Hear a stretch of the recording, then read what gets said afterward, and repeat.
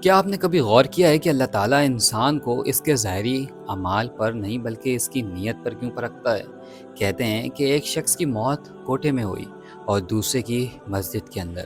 وہاں پہلا اس نیت سے گیا تھا کہ گمراہ لوگوں کو سیدھے راستے کی نصیحت کرے، جبکہ دوسرا مسجد میں اس ارادے سے داخل ہوا تھا کہ کسی کے جوتے چرا سکے۔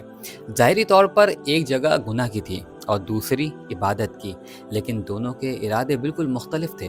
انسان صرف ظاہر دیکھ سکتا ہے، جبکہ دلوں کے راز اور نیت کا علم صرف اللہ کے پاس ہے۔ ہم انسان اکثر دوسروں کو ان کے ظاہری اعمال سے پرکھنے کی غلطی کرتے ہیں۔ کسی کے چہرے کی مسکراہٹ دیکھ کر ہم یہ نہیں جان سکتے کہ اس کے دل میں کیا طوفان مچ رہا ہے۔ کسی کا سجدہ دیکھ کر ہم یہ فیصلہ نہیں کر سکتے کہ وہ اللہ کے کتنا قریب ہے، اور نہ ہی کسی کے گناہ کو دیکھ کر یہ طے کر سکتے ہیں کہ وہ اللہ سے کتنا دور ہے۔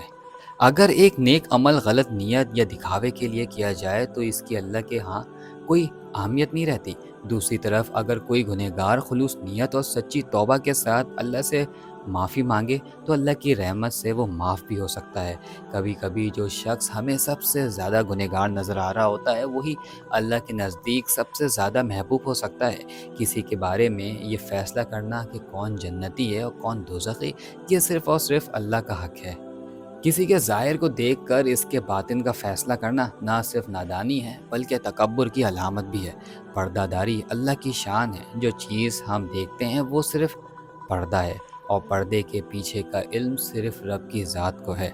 اس لیے ہمیں دوسروں پر تنقید کرنے یا ان کے انجام کا فیصلہ کرنے کے بجائے پہلے اپنے گریبان میں جھانکنا چاہیے اور اپنی اصلاح پر توجہ دینی چاہیے۔ اللہ نیتوں کو دیکھتا ہے اور یہی اس کی رحمت کی سب سے بڑی شان ہے۔